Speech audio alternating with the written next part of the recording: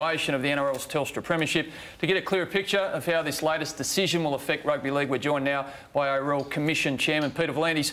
Peter, good evening. How do the latest restrictions out of Queensland affect the NRL? It won't affect us, Ben, because as you know, we applied to the Queensland government when the border was closed for the exemption, and we were granted the exemption. We have rigorous protocols in place. At that time, I think the risk is less now than what it was when we were granted the original exemption. And just before we went to air, we've had confirmation from the Queensland government that the exemption still continues. So we'll be able to take our teams to and from Queensland as we have done so for the last 10 rounds. Peter, we know this situation is constantly changing. So if restrictions do tighten, do you move Queensland's teams to New South Wales and how much would that cost the game? Look, it depends on the circumstances, Lara. If there's no, major infection in New South Wales, it makes logical sense to bring the Queensland teams into New South Wales because there's 3 plus the Melbourne Storm. But if there was an outbreak in New South Wales, we would take them to Queensland.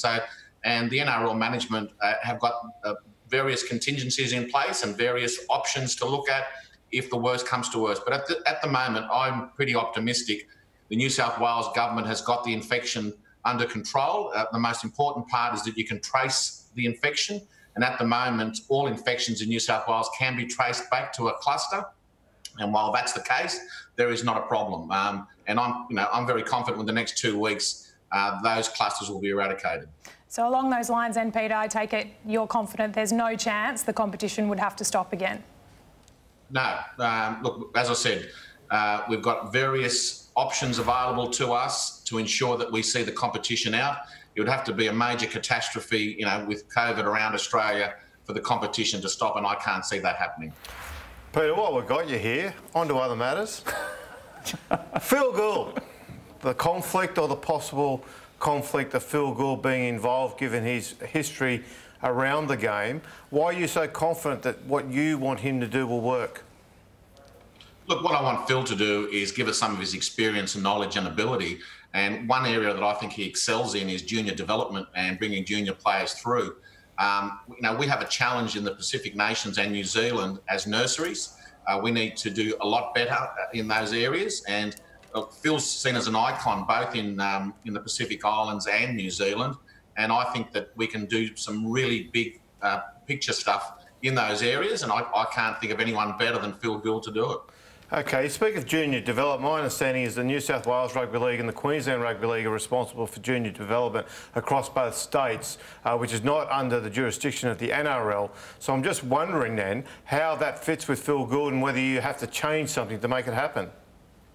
No, that's not quite correct. We certainly fund the Queensland and New South Wales Rugby Leagues for junior development, and we're in the process at the moment of negotiating for them to take over the development offices, but there's still substantial other funds that we use on a national basis for participation. You've got OzTag, you've got touch football, you've got women's games, the women's game, which is very, very important to us. So there's a variety of areas that we continue to use funds for development, and we'll continue to do so. The NRL has to be the leader. I acknowledge that the 2 states do the majority of the work on juniors, etc., and we give them the funding, and we'll continue to do so. Okay, and lastly, you've managed to register the contract for Sonny Bill Williams for $150,000. How do you stop 15 other clubs all barking about that? I hope they're in a similar situation. Sonny Bill Williams is a marketing machine for the NRL. He will get a lot more eyeballs to our game. That produces more revenue to our game. But Peter, the more rate, Peter, there's also a salary cap. Sorry? There's also a salary cap, which is irrelevant of how much interest he brings to the game. Yeah, but the salary cap will be adhered to. I mean, I think you're making assumptions that aren't correct. We have a vigorous audit of all the teams on salary cap, and there will be no dispensation given to the Roosters or any other team for that matter. I think a lot of people are jumping on the horse here because it's the Roosters. The Roosters are entitled to, as any other team, to bring a player in. And if they wanted Sonny Bill Williams and they can fit him in the salary cap, so be it. All right, Peter, thanks for that. Paul Kent's been thinking up those questions, and I'd argue with you all day. I think you handled yourself very well. Congrats on handling the latest issue in the game, the way it needed to be handled, and we appreciate your time on NRL 360.